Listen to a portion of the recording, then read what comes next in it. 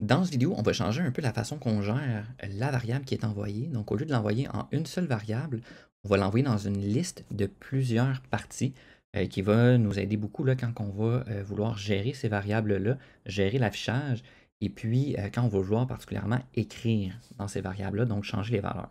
Donc ici, si je viens dans notre fichier view.py, on voit que je viens ajouter dans tag valeur une seule variable de type string. Donc, ça nous permet de l'afficher sans trop de problèmes. Sauf que peut-être ça pourrait être pratique d'avoir les parties séparées. Donc, la variable toute seule, sa valeur, et puis peut-être qu'on voudrait la variable complète. Donc, la partie avec le channel, le device et la variable, qu'on puisse faire une requête directement dans le IoT Gateway. Donc, c'est un petit peu là-dessus qu'on va travailler dans cette vidéo-ci. Donc, ici, je vais me créer une nouvelle variable qui va s'appeler var, qui va contenir plusieurs variables, qui va être séparée en différents blocs. Donc, ça va être une liste. Dans cette liste-là, on va avoir trois éléments. Donc, le premier élément, ça va être le string qu'on a ici. Donc, ça va être la variable unique.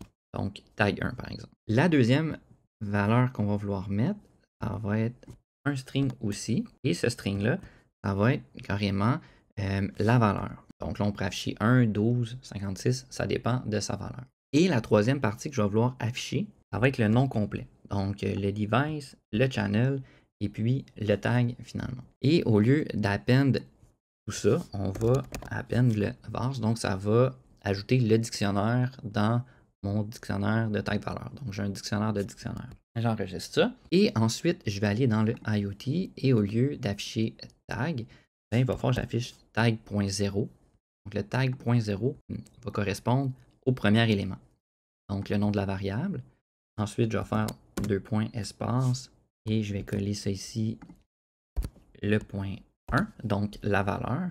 Et maintenant, si je viens sur le site et que je rafraîchis, l'interface n'a pratiquement pas changé. Et si je mets le 2, et là, on va afficher tout au complet le tag channel 1, device 1, tag 1 ou tag 2. Là, ce n'est pas nécessairement ce qu'on veut pour l'instant.